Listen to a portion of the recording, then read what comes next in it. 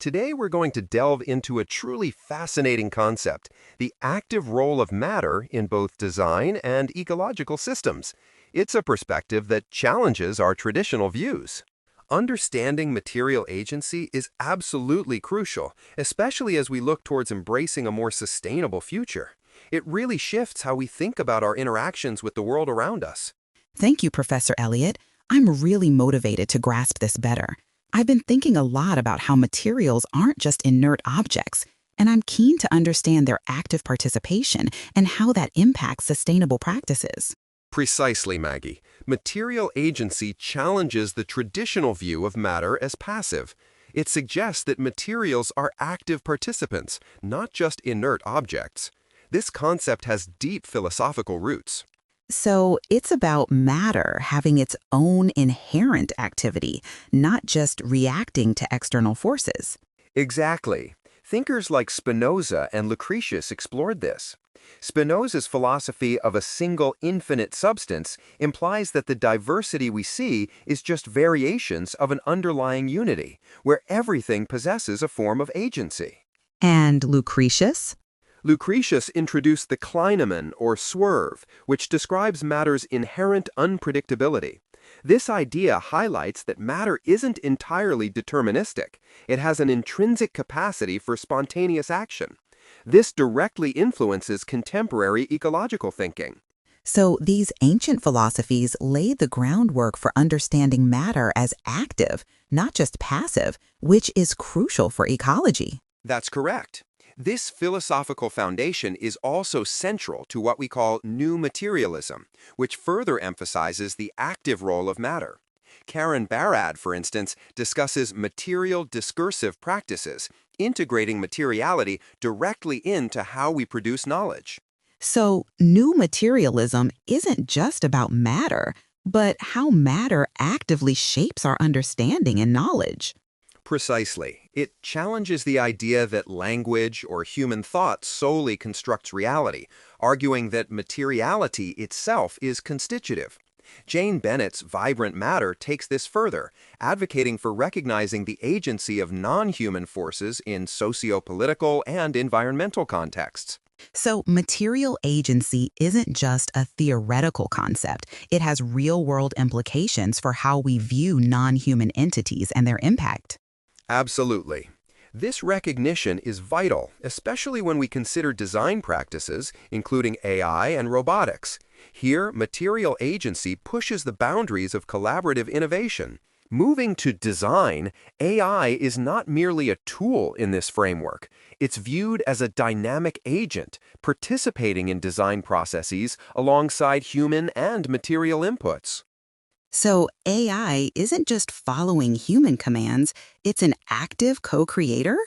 That's the core idea of shared materiality. It positions humans, AI, and materials as co-participants in a non-hierarchical design process. AI-generated designs are informed by material properties, and material behavior feeds back into AI, refining its algorithms. So the material itself influences the AI's learning and output, creating a continuous loop? Exactly. This approach rejects the traditional subject-object binary. Neither AI is a passive tool, nor is material an inert substance. They are all active agents in the design ecology. This brings us to the ethical and ecological considerations. Recognizing the agency of non-human entities is crucial for addressing the climate catastrophe. Because if we see nature as active, we're more likely to respect it. Yes, a shift away from human-centered worldviews is necessary to avert ecological collapse. It emphasizes a more harmonious relationship with nature, rather than one of dominance. So the real threat isn't AI, but our belief in human superiority over everything else? That's a key insight from this perspective. The existential threat is not AI itself, but the belief in human primacy over non-human entities. It necessitates a re-examination of humanity's role in shaping the environment. So understanding material agency helps us move towards a more sustainable and ethical interaction with the world. by recognizing the active role of all components, including AI and natural materials. Precisely, Maggie. It's about fostering a design and ecological paradigm where all elements are recognized for their inherent agency and interconnectedness. All right, Maggie, to bring our discussion to a close, we've really covered a lot today.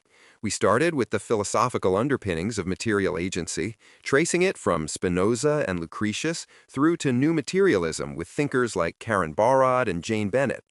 The core takeaway is that matter isn't passive. It's an active participant in shaping our world, including in design and ecological systems.